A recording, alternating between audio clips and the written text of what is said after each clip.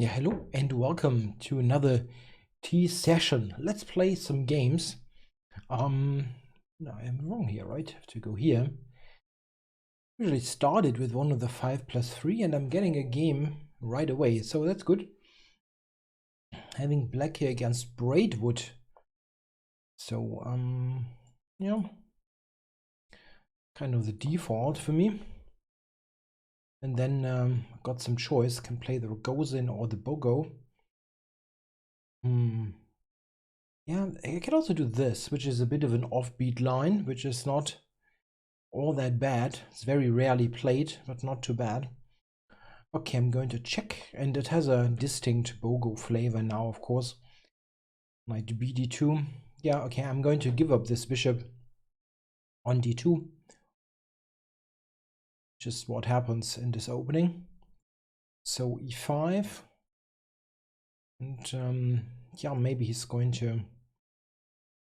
Yeah, if he castles, I can take on d2. It's a bit of a. Could be a little bit of an annoyance at this moment. Huh.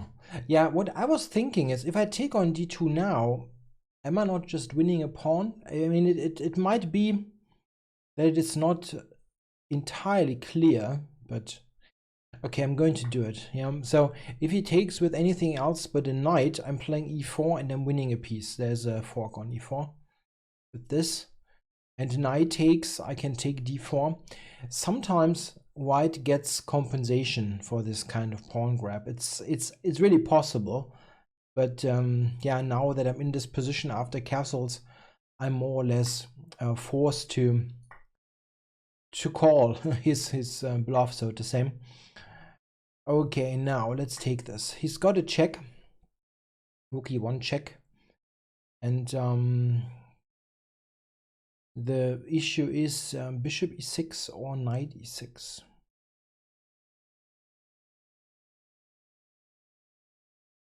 Yeah, tough call. Yeah, I think I'm going back with the knight. It's unstable on d4 anyway, and c5 might be a good spot after I have castled. The point here is that white has compensation for the pawn simply because of the dark squared bishop that he still has. An idea could be to just play something like b3 or b4 and put it on the long diagonal. Yeah, so this is exactly what I was talking about.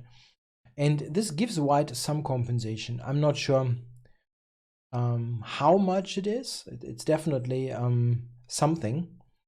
But on the other hand, yeah, if you can win a central pawn, it's something that is usually, yeah, should usually be done. Okay, now bishop is on b2 here. I wanted to play this move, bishop to h5 and then bishop g6, trying to get rid of one of his bishops. Yes, the bishop on b1 is also clogging up his queen side, but it's still useful to trade. Yeah, to e6 or to d7. I guess to e6 in this position. This is covering the d4 square, so after bishop g6 there's no knight d4 coming. Ah, okay, that's not a move that I had on the radar at all. But rook e8, yeah, looks good. Nothing wrong about that move.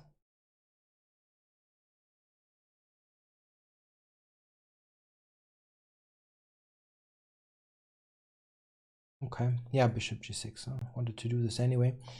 So white has some compensation, but the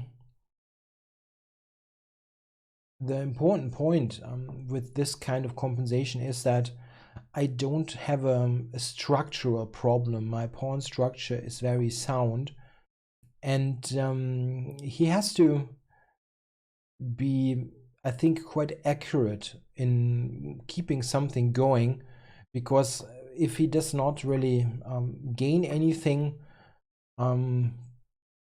yeah, more concrete, then it kind of evaporates, yeah, this initiative.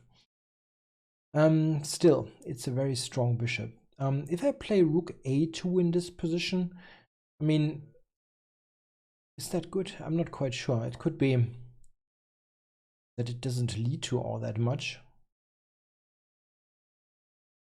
Okay, I can take b2 here. Is this a move that I should consider? Yeah, well, why not? Is there something wrong about it, like bishop h7, f7? No, I don't see it. And if I take it here, bishop f5, I can even take b4. Now b4 is hanging. If anything, bishop f7, rook takes e6, something miraculous, but I don't think this should work. Yeah.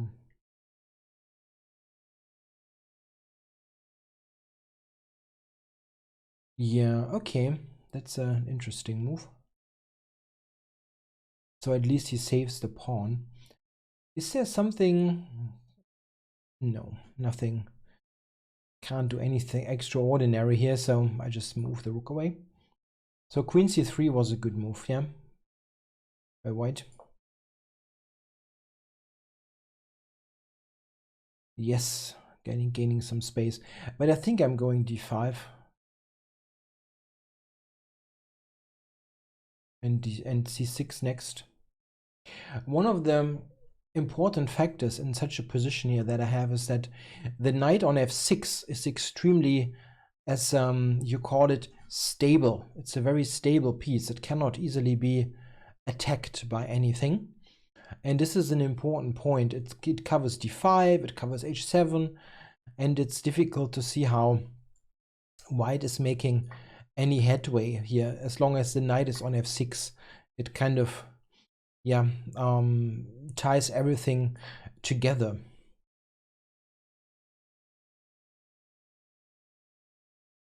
Okay, so let's get a bit of tea, right?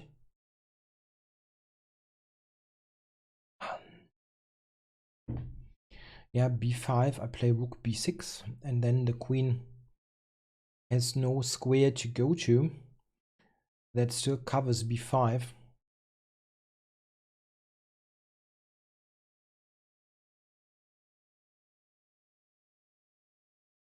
Yeah, that looks very good actually. I mean, not like a winning position, but I don't see much much of a threat coming from white's position here. I also expected knight e5 instead of the queen move. Like here, maybe it doesn't even work, yeah, but I thought trying to take on c6 with the knight would be more dangerous. Okay, so now how he is handling this. If he just retreats, let's say queen c3, I'm going to play queen d6. Really pay attention to the knight on f6. This is important. The bishop on b2 doesn't exist anymore, and that means there is no way that he can pressurize this piece. Okay, now what's going on here? Bishop takes e6. Yeah, it's a question. Yeah, can I take b4 here? I surely can. I can also play rook b6. Yeah, rook b4, bishop e6, rook e6, rook e6, rook b6. Kind of a fancy chess, but it doesn't really work for more than one reason. So how to do this? The most normal move is this one, so let's do this. Not trying to be particularly fancy. Maybe queen a8 here for a tempo basically on the queen. I expect the queen to move again. I don't think he wants to trade the queens. Okay, so he allows a queen trade here on a4. So let's put more pressure on b4. The rook on b6 is nicely guarding e6. Yeah, now, do we want to... think, do I want to get rid of this? It's an interesting question.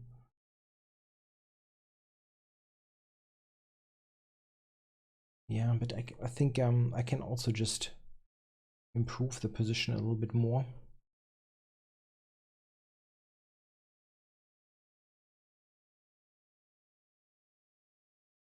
King f8, something like that.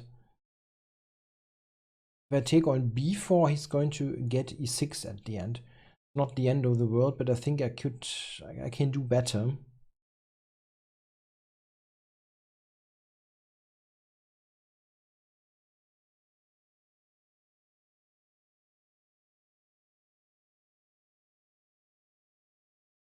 Yeah, okay. Now that is true. It's a reasonable move.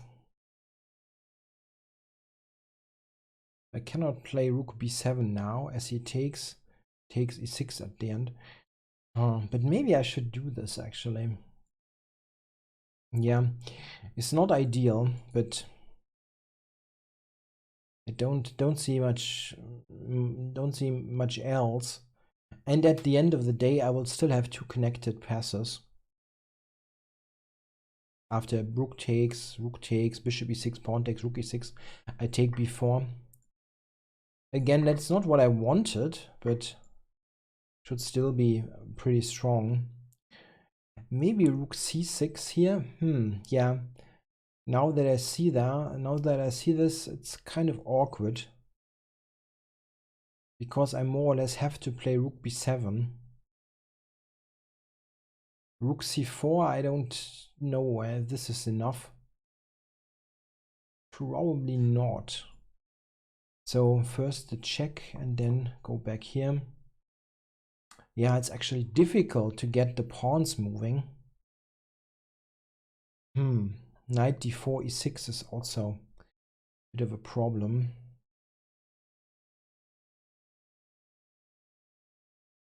Nah, that I didn't play well at all.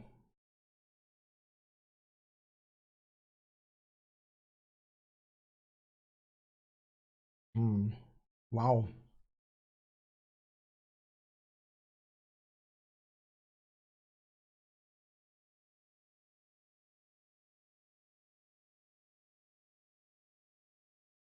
Knight d8, there's rook c5. I don't have anything here that I can do really about all this. That's odd. King f7, knight e6, also an issue. I got rook b6 then maybe?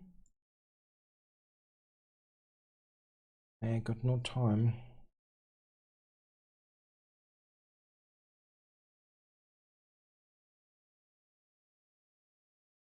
Can also play basically any improving move and not quite sure what I'm doing then. Like f3 or so. It's not clear how I can improve my position.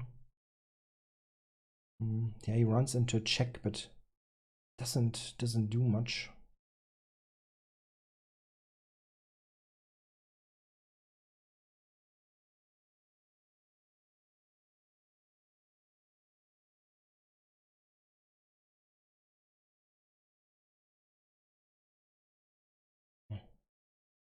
Yeah, it's remarkable. My position is really passive.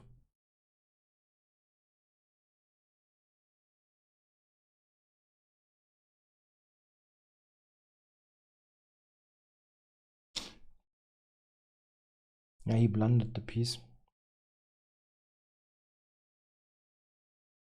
Yeah, I was a bit lucky. He's asking for a rematch, and why not? So I'm not going to look at the game at the moment. Okay, I've got a good choice between c3 and c4. C4 is the way usually to maroczy bind, and this is basically my favorite opening setup. I really hope that one day when I quit classical time control chess, this is probably not too far away, but when that day comes, I will probably retire without ever having lost a game in the maroczy bind with white.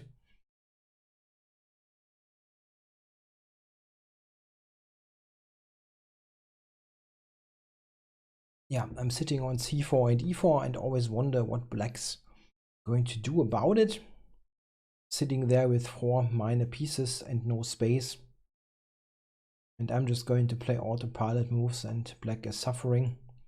This is how it usually is. Not sure here, right? Can he take with the knight? Is that maybe a tactical possibility as b2 is hanging? Yeah, I should have thought about this for a moment at least.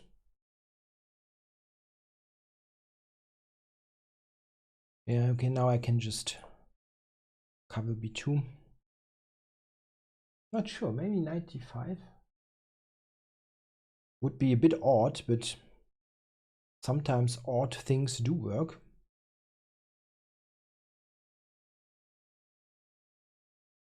Not so often. Usually moves that look bad are bad, but sometimes there are exceptions.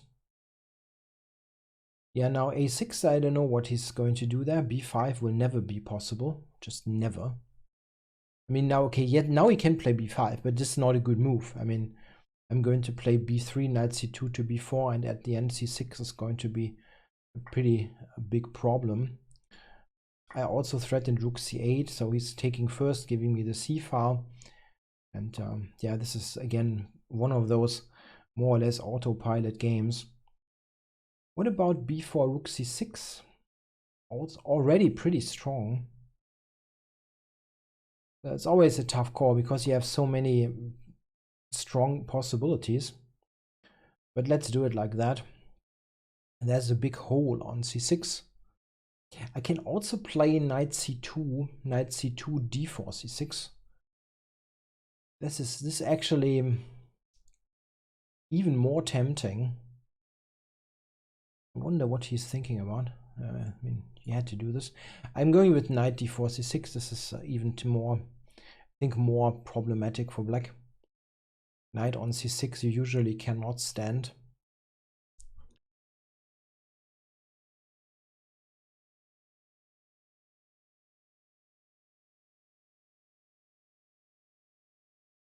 Yeah, now what?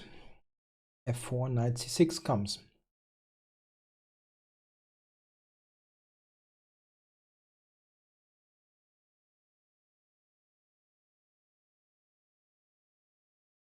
Cannot prevent that.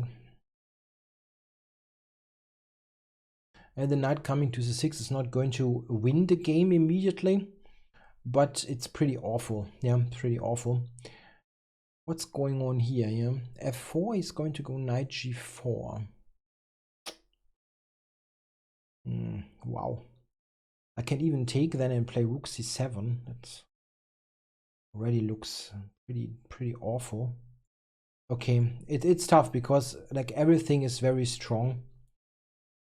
Very strong. Yeah. Yeah, okay, let's do it. It's tough to say because yeah, it's such a spoiled for choice situation.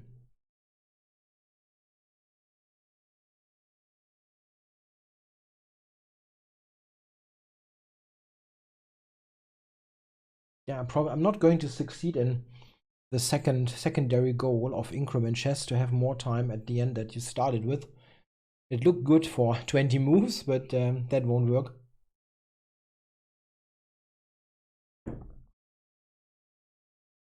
Okay, now I can just take e7. Would be the first thing that comes to mind. I don't think I'm going to find something substantially better. Yeah, I just wondered about this. Yeah, what happens after queen c8? Because the rook does not have that many squares actually.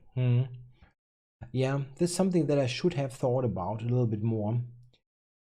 The rook can always go to a7, definitely.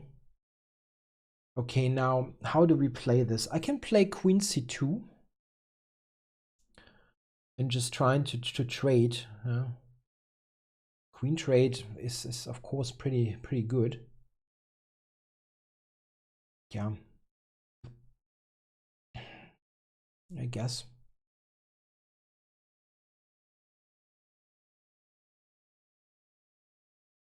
Yeah, I don't know if I really got the most out of it.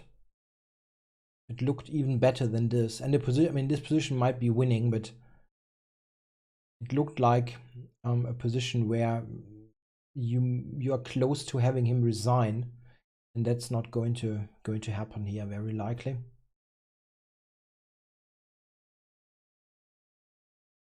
Okay, now I can go h3 and kind of, okay, if he goes to h4, he's actually threatening mate and the rook is attacked.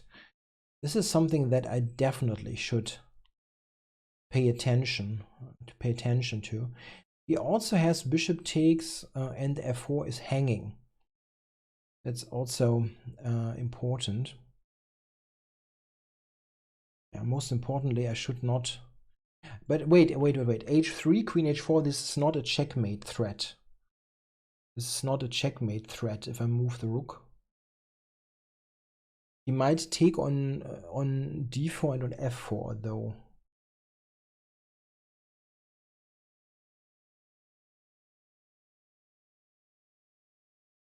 Yeah. Okay, so what am I going to play? Maybe I just move the knight back, something like that. Just stop his threat and maybe rook c7 next. He still has a dead piece there on d8.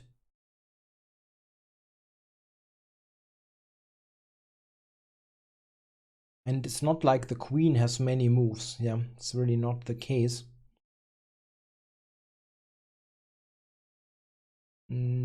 Really? Rook c7? Sorry, queen c7, I mean. Also take on g7. Pretty dangerous. The simplest move would be just to play e5. Like takes. He can take before then. But then something like e6 is going to be. Oh. Queen c7. What happens then? Knight f7. He has to play. This is really, strangely enough, not winning immediately. I can also flick in h3 in this position. This is an interesting point. I think I will do that.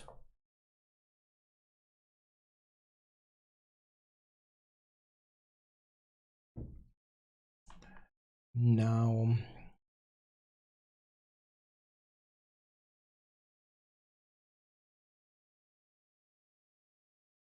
really amazed that there is no flat out win apparent. At least I don't see it. If I go e5 now, takes, bishop takes. Oh, that is actually covered. So then this is a strong move. Just play e5.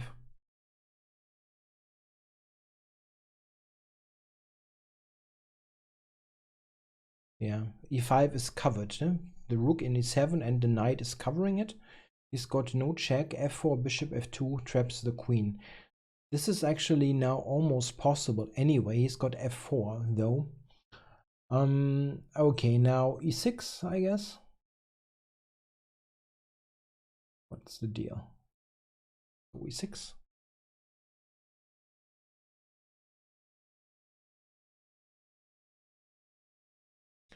Yeah, here I can take on g7 and play bishop d4.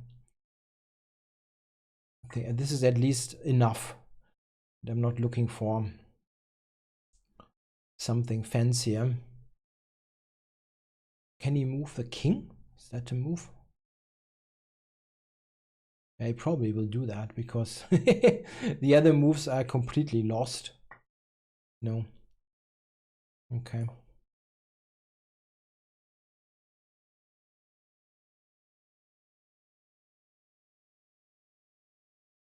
It's really funny. Yeah? The queen has no square also.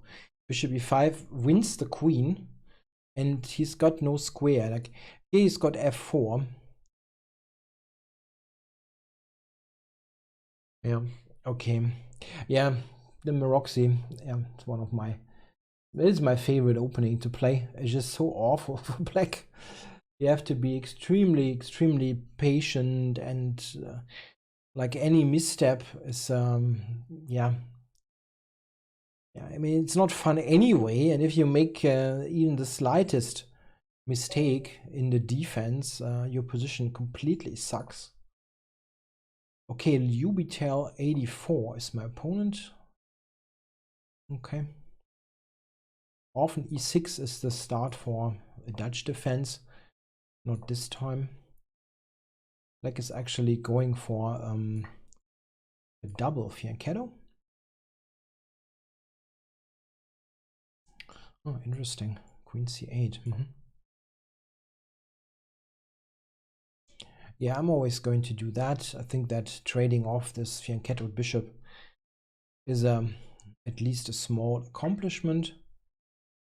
And now e5 to get more space, I guess. e5. It's not the only move, but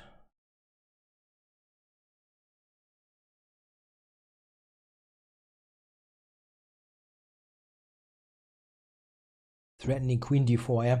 It's not exactly difficult to see, but you never know. Now, sometimes there are discovered attacks, like knight takes e5, but that does not seem to be the case in this position. I can threaten that though. Now threatening knight e5, and I'm also preparing a knight move maybe to d2. Knight e5, bishop g2, and then a knight discovered check is the threat. It's easy to stop. But why stop it with this one? Now I've got knight g5. Knight g5? Why does he allow that? Maybe he can take on g5, bishop takes e4, and claim that this position is okay. Maybe. Knight g5 takes bishop e4. And that could be okay, right? So I'm going for the simple approach.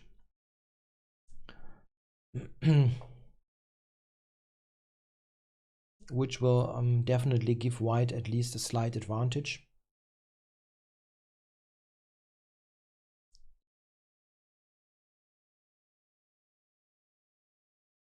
So I'm going to go for f5, just get this huge space advantage established. Now I think I can go h4 immediately, as after the capture I have rook h1, and he cannot take. Queen takes wins immediately. Wow, okay, interesting. Why would he allow that? So I don't quite know. He cannot take on g3. Queen g3, king h8, rook h7 is mate. So that's not good. I mean, maybe he's not losing straight away if after rook takes h4 next, but it looks pretty bad and unnecessary, really. What? What am I missing here? Nothing. It's made. Yeah, he could have gone king f7, but rook h7 is surely going to be devastating as well. So let's see. Maybe we get a similar position type now with colors reversed. Yeah, the Bogo or the Rogozin. Let's play the Rogozin. I'm not as well versed in it yet. Of course, I've done a fair amount of work on the opening for the Nimzo Rogozin course on Chessable, but still, there are still moments when I don't quite remember stuff. Yeah, do you go to a6? I don't know. Or b7.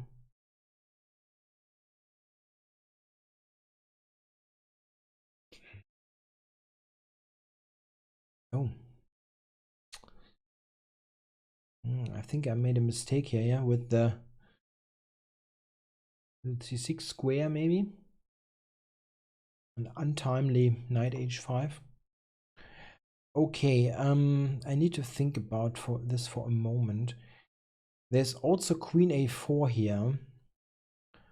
So going back.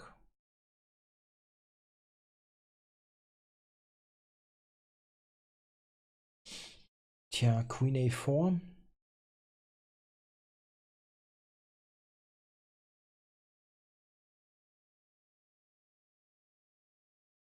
He just takes it. Okay.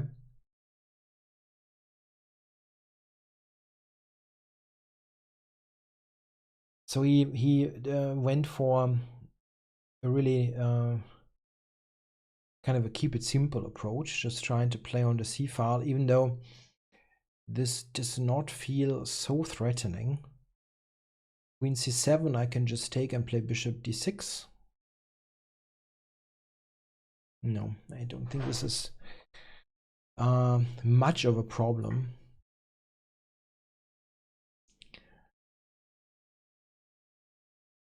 Okay, now rook c8.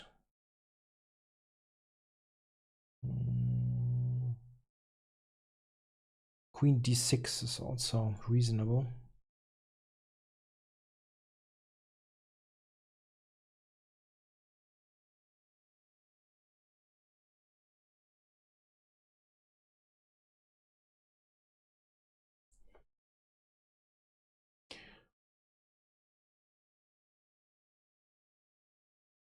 Yeah, rook d8 is kind of normal. I just wondered about what I'm doing next, yeah.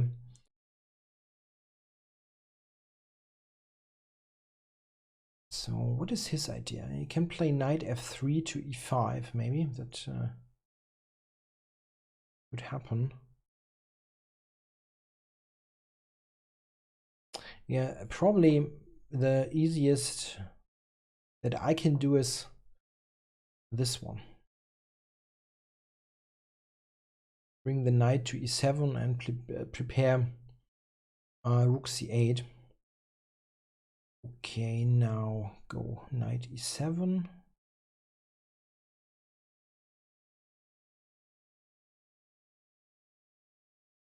Rook is going back, I guess. And now I could just take it on e5 and then play rook c8.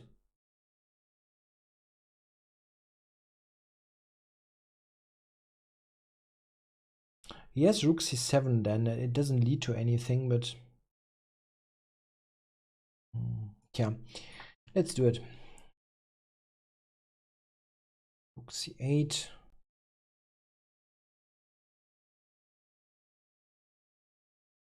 So we're just going to trade everything off and play this ending.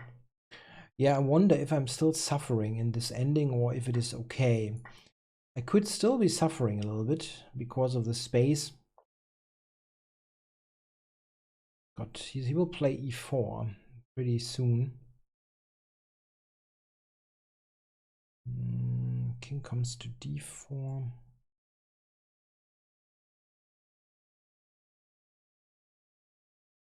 No, I have to do this first. Get the knight a bit more active. Yeah, I have the check, which doesn't do much.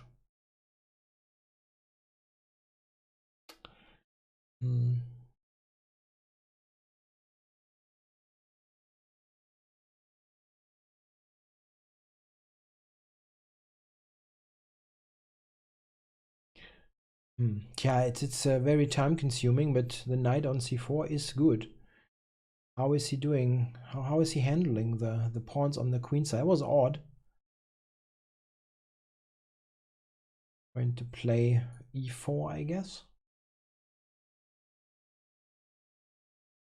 Knight c4, e4, knight b2.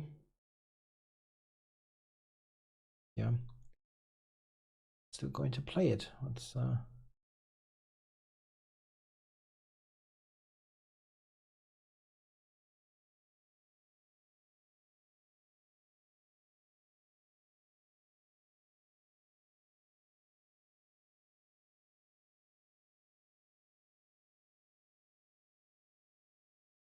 Just stopping e4 for the moment. I'm not doing anything else with the move. Now, do I have something? No.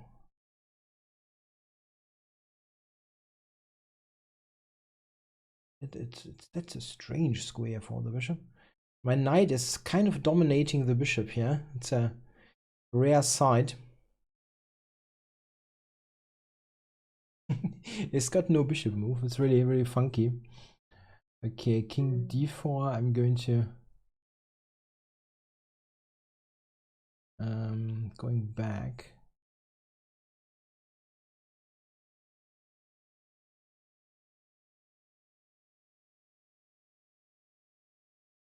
King d3, knight f5.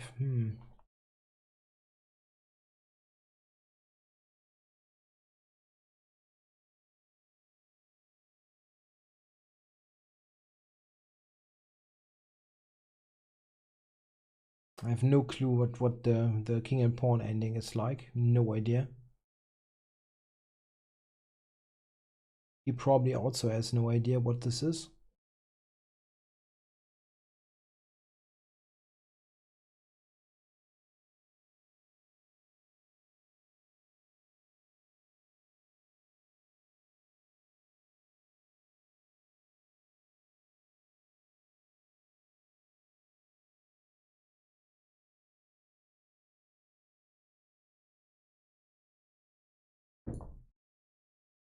Yeah, this is not very comfortable.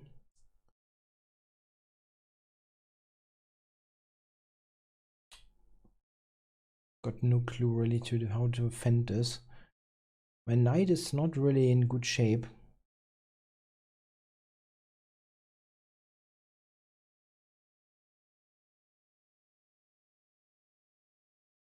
Oh, that's surprising.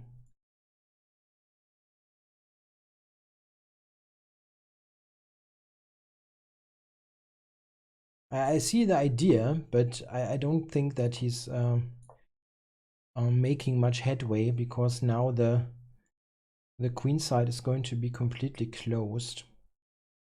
And I can probably just sit. I could actually run to g7.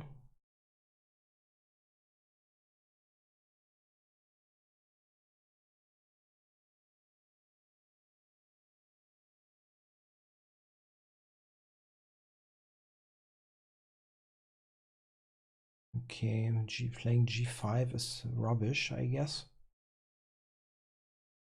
Yeah, okay, then we would have a draw.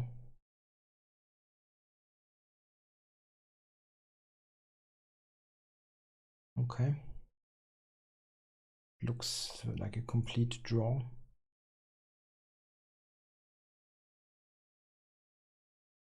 I cannot maneuver anywhere, right? I can do this.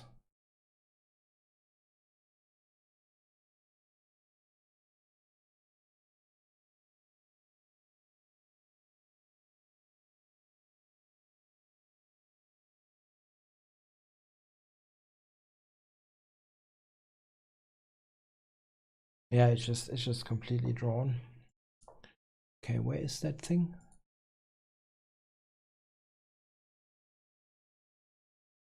Right, declines draw. What? No, I think he just made a misclick there. Okay, I have to watch the clock a little bit. Okay, just one more game. I can do one more game. Then I have to do something. Let's go. Yeah, I didn't manage much in post-game analysis. Should do that a bit more, but it was a bit of a... This session was a bit problematic time-wise, but I wanted to get it in and not have a non-video day. Wanted to really make a video today.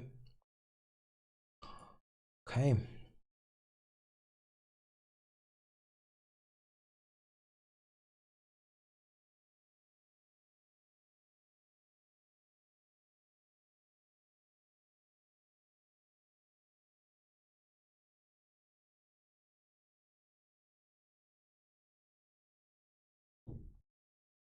funny that he allows this move with the tempo. I wanted to play this anyway. Okay, now, jam.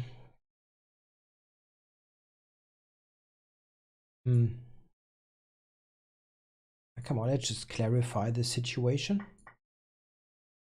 White is playing basically without any ambition, just trying to trade stuff.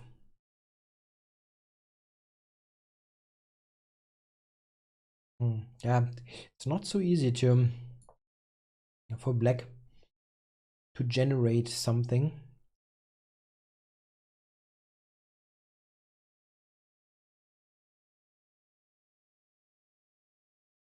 One idea to unbalance things a little bit is b5, but he is fairly well positioned for this idea. So probably have to do something else.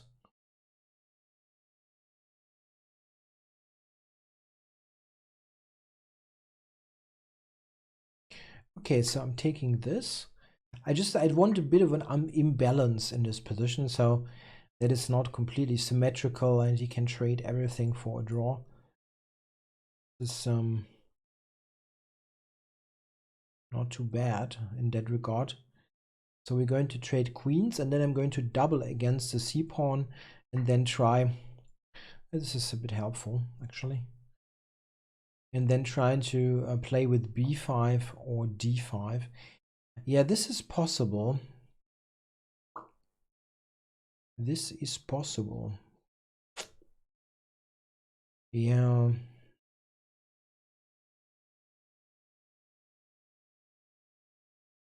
But if I play d5 now, takes, he doesn't want to take.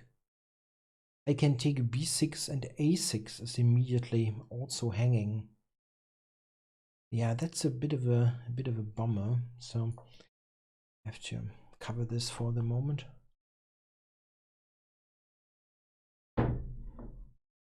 Why are you playing well all of a sudden?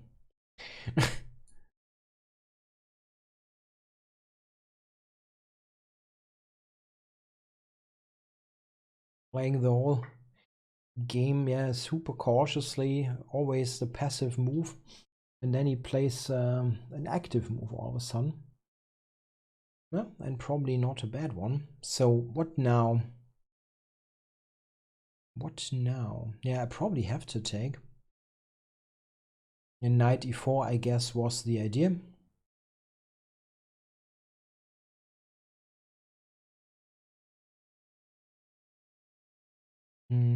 And now what?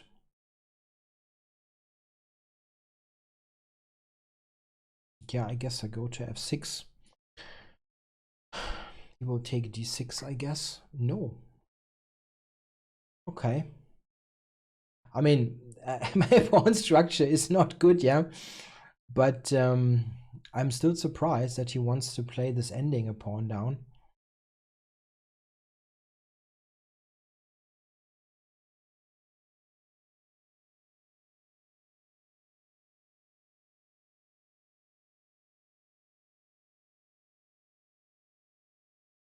Let's cover this for the moment and then see if I can make any headway. Oh, okay.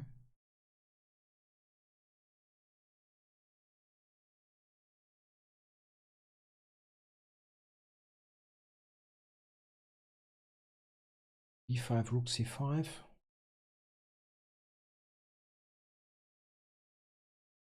Yeah, the resulting rook ending is probably a draw, but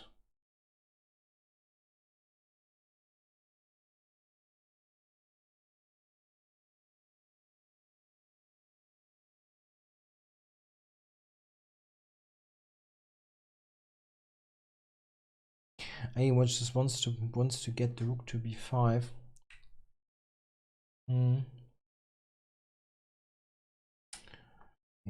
Yeah, you can probably not win this.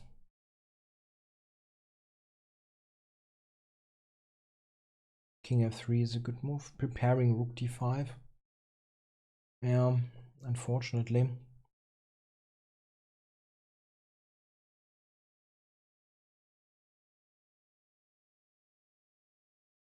Yeah, you can just not win this.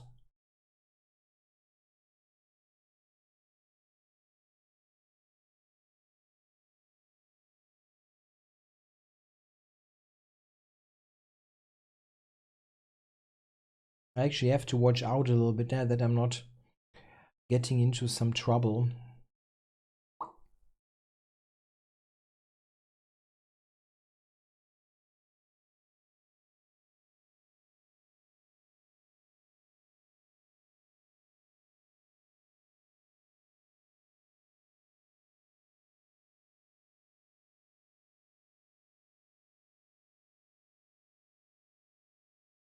Yeah, I'm going to offer him a draw here. This is, I think, fair. Yeah, I mean, he can continue. There's no reason for him, let's say, to make a draw. But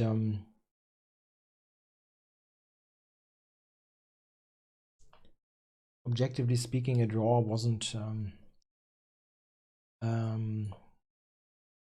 was quite reasonable in this position.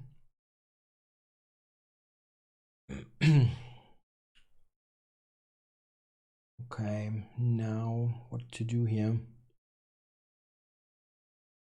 I had a similar endgame a while ago.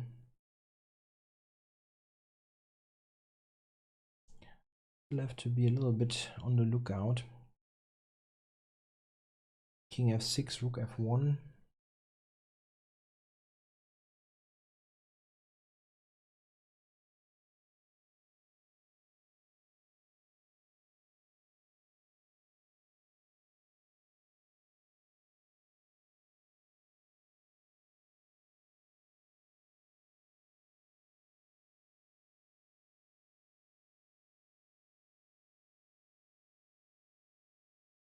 King f6 again, rook f1.